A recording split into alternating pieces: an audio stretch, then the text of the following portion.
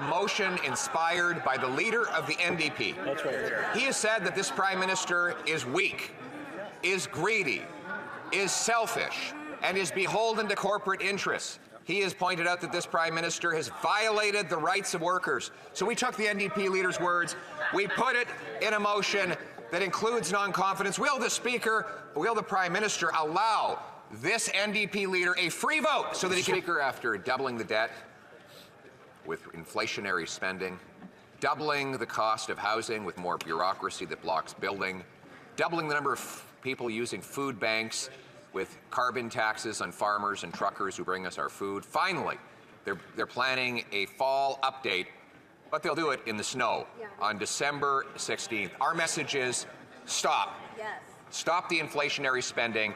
Stop the tax increases on food and homes. Stop indebting Canadians. Will they please just stop? Mr. Speaker, on the 16th of December, we will present our economic record in this chamber, and we will talk about the fall economic statement. And I anticipate that you're going to hear a lot about the economic record that we've amassed. One thing that I anticipate you'll hear about is what we've done with respect to childcare. On childcare, an economic affordability model, we've brought it down to $10 a day in 8 provinces. That has resulted in 110,000 women joining the workplace.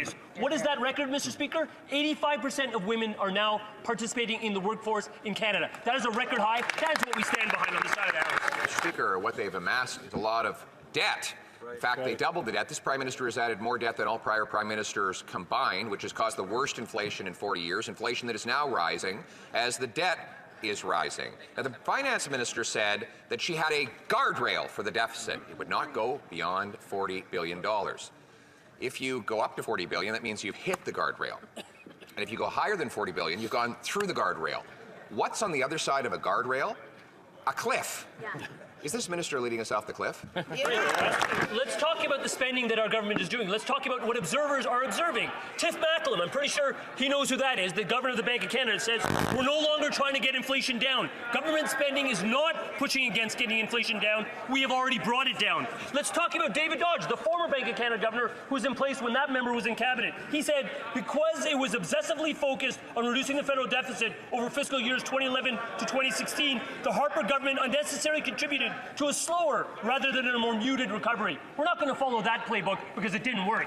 The leader of the opposition. Mr. Speaker, in the spirit of nonpartisanship, we have put forward a motion inspired by the leader of the NDP. That's right. He has said that this Prime Minister is weak, is greedy, is selfish, and is beholden to corporate interests. He has pointed out that this Prime Minister has violated the rights of workers. So we took the NDP leader's words, we put it in a motion that includes non-confidence. Will the Prime Minister allow this NDP leader a free vote so that he can vote non-confidence?